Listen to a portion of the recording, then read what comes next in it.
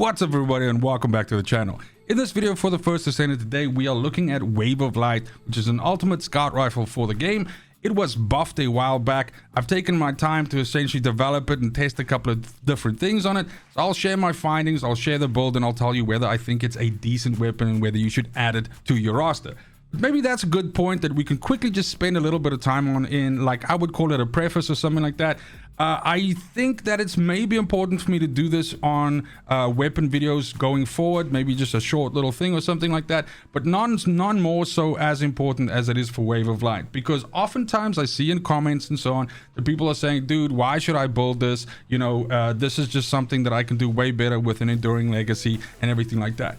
And the fact of the matter is, that's true.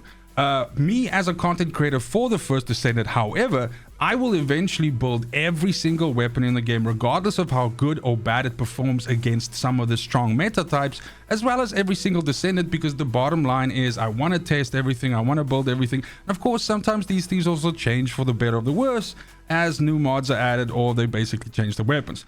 Why is all of this important? Because I think like the average person that plays this game and is not willing to devote hundreds of hours or hundreds of dollars to it is actually going to want to catalyze or do every single Descendant, every single weapon. Fact of the matter is, I believe that you can get away with basically fully catalyzing 2 Descendants and 3 weapons in this game, and that will allow you to do all of the content, no matter how hard or how easy, how tedious. You'll be able to do it in the most efficient way and the best way possible.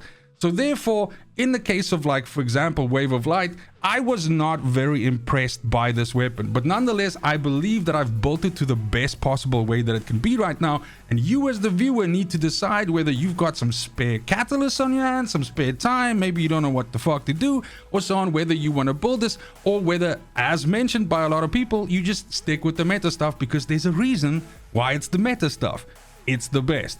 So I think it's important that we always need to just bear in mind these sorts of things when it comes to this. I try to very much not be clickbaity when it comes to like my weapon guides and my character guides, so I don't go like, oh my god, this thing destroys the fucking game, this is like the best thing since sliced bread, because a lot of the times it's not the best thing since sliced bread, because the meta options are just better. However, when I do review or when I do show a meta option, then of course I'm always like super excited about it, and I go like, dude, this is probably like something that you definitely need to add to your roster, because it makes, you know, the game easy, or it makes this thing easy, and so on and so forth. So in the case of, again, circling the wagons on this whole situation here, the Wave of Light, we're going to be looking at this, but I was overall, and that's why I'm putting this at the beginning of the video, I was overall not impressed with this weapon. I think it can be great, and I'll explain how I think it can be great. There's a bunch of things which needs to be changed for it, which they need to do exactly just for this weapon, but also for weapon types. For scout rifles, I think scout rifles might be potentially in a very bad position, especially when it comes to a weapon like Wave of Light. But in any case, enough preamble, let's go through it, and let's start by looking exactly at what the ultimate ability of Wave of Light basically does. If we go here now, bear in mind that this is the reworked Wave of Light. It used to work different, but the bottom line is, when we look at the unique ability, there's a lot going on here from an explanation perspective, but it actually is not all that hectic. I'm actually going to be splicing in some game footage in the background to also just sort of give you an idea of what I'm talking about. But the bottom line is, and this is of course if you have 4 out of 4, these stats will differ as you put more versions of the weapon into it, although this is also potential something that's changing in season 2. We'll have to see how that works. But basically, the weapon has 2 effects that it causes. Okay, so first of all, when you reload, you get something called Solar Halo. That's this ability over here, and it has a 2-second duration. Now, for that 2-second duration, you have minus 100% recoil, so it basically becomes extremely accurate. And that's super important, because this is your damage dealing time. So this is when you are dumping all of your bullets into the enemy. And for that, you also get a fixed critical hit rate of 100%, so you're basically critting all the time. Now, that means that as soon as you reload, you have this 2 seconds, all right? And then while you are hitting enemies with these Solar Halo infused bullets, when they hit something, when Solar Halo is active, hitting an enemy spawns dusk at the spot, which is this expanding sort of like circle thing, and that inflicts lunar halo on the enemies hit by dusk. So I know it's a lot. Okay, solar halo, your bullets have solar halo on them. When they hit enemies, they call dusk, which is the circle, and the circle applies a debuff called lunar halo. What does this debuff lunar halo do? This also has a duration. It weakens regeneration in the enemy, and as long as an enemy is affected by this, your firearm attack is increased by 10%.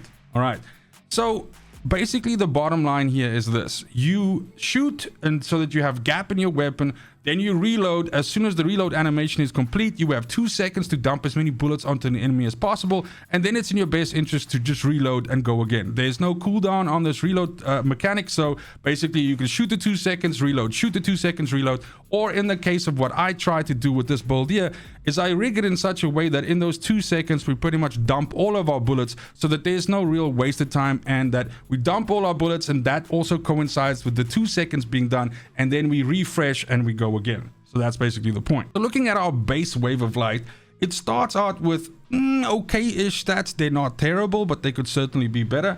We have a 10% critical hit rate, we have a 1.8 times multiplier, and we have on critical hit damage, and then we also have a 1.8 times multiplier on weak damage. My idea with this weapon was that since we get the fixed critical hit rate, we need to prioritize critical hit damage, because we have a damage window where we can create a lot of critical hit damage. And so we need to try and stack that as high as possible. It doesn't necessarily matter for us to actually stack critical hit rate, because we are getting that from the buff from the weapon. And then as a, let's say, side damage stat, we can also probably just also stack weak point damage, because we will most likely be trying to hit weak points, because inflicting critical hit damage on a weak point is just even way more damage. And so therefore we can almost in a way like just maximize our gains here by crit hitting weak points and also doing more damage to them. Now unfortunately with that, we run into an issue where Wave of Light really does make you feel like one of those weapons where you're just like, dude, I just wish I had like 2 more mod slots. Like instead of 10, if we had 12 or something like that. So because you can feel like the power level of the weapon is just there, but it's just not quite there. Like it's capable of dealing decent damage to like Devourer and stuff like that, and you can, you know, almost like one cycle like Devourer. And it's pretty damn good at like dealing with yellow bar enemies. Like you can really damage, like again, if you get your shots, you hit correctly and everything like that, you can absolutely shred a yellow bar enemy. And I actually have been using this quite a bit on like 400% infiltrations if I'm doing it by myself to test the efficiency of a build or something like that. They don't have the fucking Wave of Light at the end to just like, you know, murder off the enemies, and that's cool. But the main holdback point of this weapon is it's supposed to be a boss killer, because it sure as fuck is not a mobbing weapon. And then because of some of the limitations, which we're going to see now when we start building it, it's a good boss killer. But there's other weapons that does the same amount of damage and can do everything pretty much just as efficiently as this weapon, with like less than half of the setup basically. And of course I'm talking about Enduring Legacy. Okay, so starting us out, we're going to start with what I would refer to as the usual 3 with a slight little change, right? So of course, rifling reinforcement is our first one. This is just a flat, you know, damage increase for us in terms of like firearm attack. So that's an always include. Action and reaction is good for us here as well. It does the same thing. Oopsie. It does the same thing, just with a slight penalty there, of course, of increased recoil. But this is also fixed for us when the buff goes active and everything. That being said, when the buff is not active, this weapon kicks like a fucking mule. And I feel sorry for people with a controller trying to use this, because this is hard enough to control with a keyboard and mouse. But I can only imagine this making you want to throw your controller out the fucking window. So I do apologize for that in advance. It is one of those things. But I mean, that is the trade-off with this weapon, because the bullets do actually hit for quite a bit. But yes, like I said, massive kick. Even more so than normal for scout rifles. I personally think that this is one of the first things that they can do, is they can possibly revisit just how much recoil scout rifles produce and actually dial this down by like 50%. It's really not necessary to be all that high. So then usually at this point in time, we also take fire rate. But because we are trying to dip as much as possible into critical hit damage, we don't go in as hard on fire rate as we usually do by taking something like fire rate up, but we rather take fire rate concentration. Now, fire rate concentration has 5% less than fire rate up, but it also gives us 4% of critical hit damage. So it's like a, you know, like you change almost 5% of speed for like 4% of critical hit damage. It's not a lot, but we're trying to squeeze every last bit out that we can, baby. So then the next thing obviously is a blue mod called Better Concentration. Better Concentrate. Okay, apparently my keyboard doesn't want to work. Better Concentration just gives us a flat, nice 43.8% critical hit damage, and that's going to take us all the way to 2.66 times already on our critical hit damage, which is very, very nice. The next thing we can do is we can take something called Bullet Integration, which is one of the new mods which was most recently added to the game. And we can take this one over here. This again gives us a flat firearm attack percentage, but also gives us more critical hit damage, which is super, super welcome for us. Then the next thing that we need to do is we need to add ourselves a, maybe we can, yeah, let's address reload speed and stuff like that quickly. So at the beginning, when we were looking at the ultimate ability and everything like that, and I was explaining what I wanted to do with this weapon, my plan was to create a situation where I can reload super fast, obviously as fast as we possibly can, so that we can activate this effect as much as possible, and so that it feels nice and, you know, like usable. And then at the same time as well, we want to be able to have the gun in such a way that you can like empty out most of your mag and then basically reload and go again. So in this case, I actually went with 2 reload mods. So we have a basic reload mod called Recycling Genius, this one. This gives you a 30% increase, or let's rather say, yeah, a 30% increase reload time modifier, which means it reloads quicker, okay? And then there's a blue mod that also does this. So, sorry, that was the blue mod. There's a purple mod that also does this, and it's called Reload Focus. And I like Reload Focus here because it also, again, gives us firearm critical hit damage. Now with these 2 in, we drop the reload down pretty much as far as we can, right? So now it's like a super, super fast, it's less than a second reload time. And basically then we have a fire rate of 312, and we can get close to pretty much emptying our clip out, well, our magazine out, before I get in trouble for that.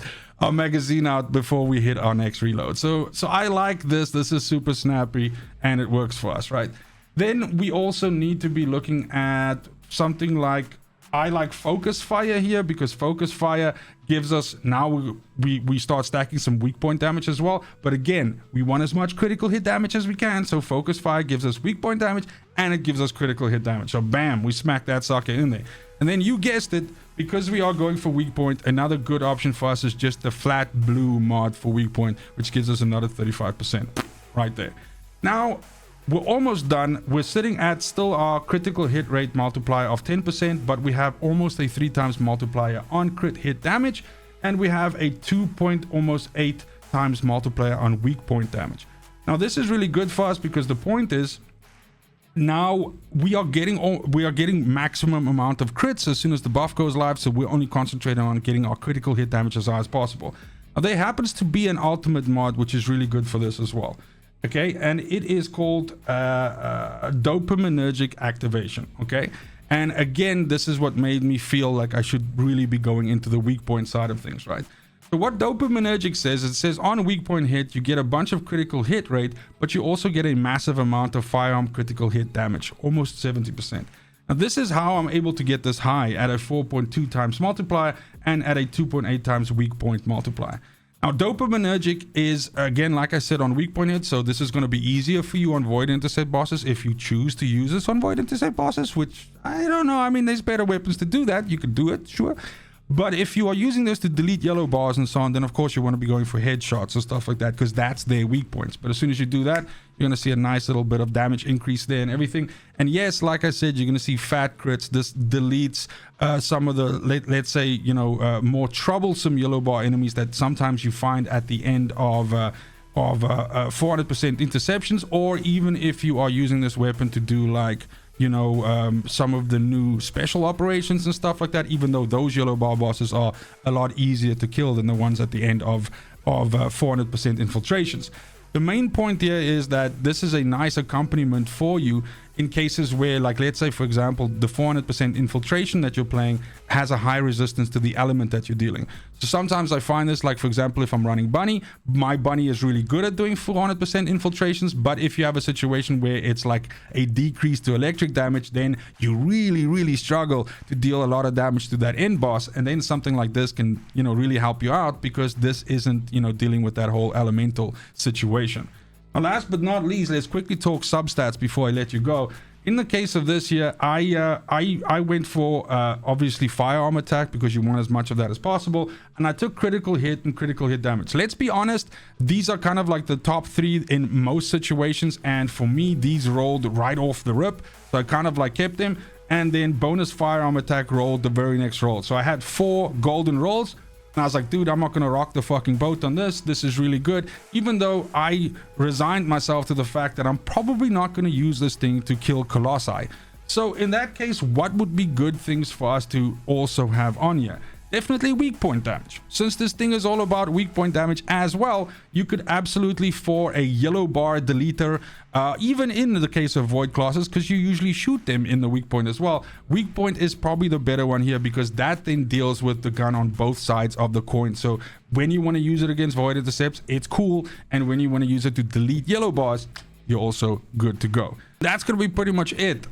Just finishing off here by saying what I think this gun needs to make it better. Specifically with scout rifles, I believe their reserve needs to be increased, so the amount of bullets that you carry in your reserve. Of course, there are ways that you can get around this by carrying another scout rifle with compulsive or whatever on it, which increases your reserve size, but that requires a whole bunch of like extra bullshit, where I think that they should just double the amount of scout rifle bullets that you can carry in reserve. I don't think it throws the game out of whack or anything like that. I also think they need to address the recoil. And then specifically when it comes to Wave of Light, and I will quickly just go back to the ultimate, you know, unique ability here, is I think that this timer, this 2 seconds, is bullshit. I think this needs to be also doubled up, possibly to 4 or something, or they need to make it so that it has a cooldown, but it's for the entire duration of the magazine. So those would be 2 ways that you can do this, which gives you more bang for your buck for your bullets. The 2 seconds is not a lot, and oftentimes you can run into situations, it can be crippling to your DPS if you are pushed or knocked over, because then of course you lose that buff window, or if you need to dodge something or get out of AoE or stuff like that. So it's very punishing if you lose out on those damage windows, and I feel like there are other weapons which don't have nearly this level of punishment. I think it severely restricts the efficiency that you can see from a weapon like Wave of Light. The effectiveness is maybe rather the better word. So definitely I think that although I like the way that they made this, it's still far too restrictive, and they can absolutely increase the timer by a couple of seconds, or make it for the entire duration of the magazine with like a 10-second cooldown in afterwards, which means that you could use this to dump a bunch of ammo onto a fucking enemy and deal a bunch of damage, then switch to your mobbing weapon, clean up a bit, and then when your 10 seconds are up, you go back in again and you go again. And I think that that would really fit the identity of this weapon very well, and I think that would be a pretty cool change for them to make. That's gonna be it for the video. Thank you so much for watching, especially if you made it this far, and as always, fucking cheers.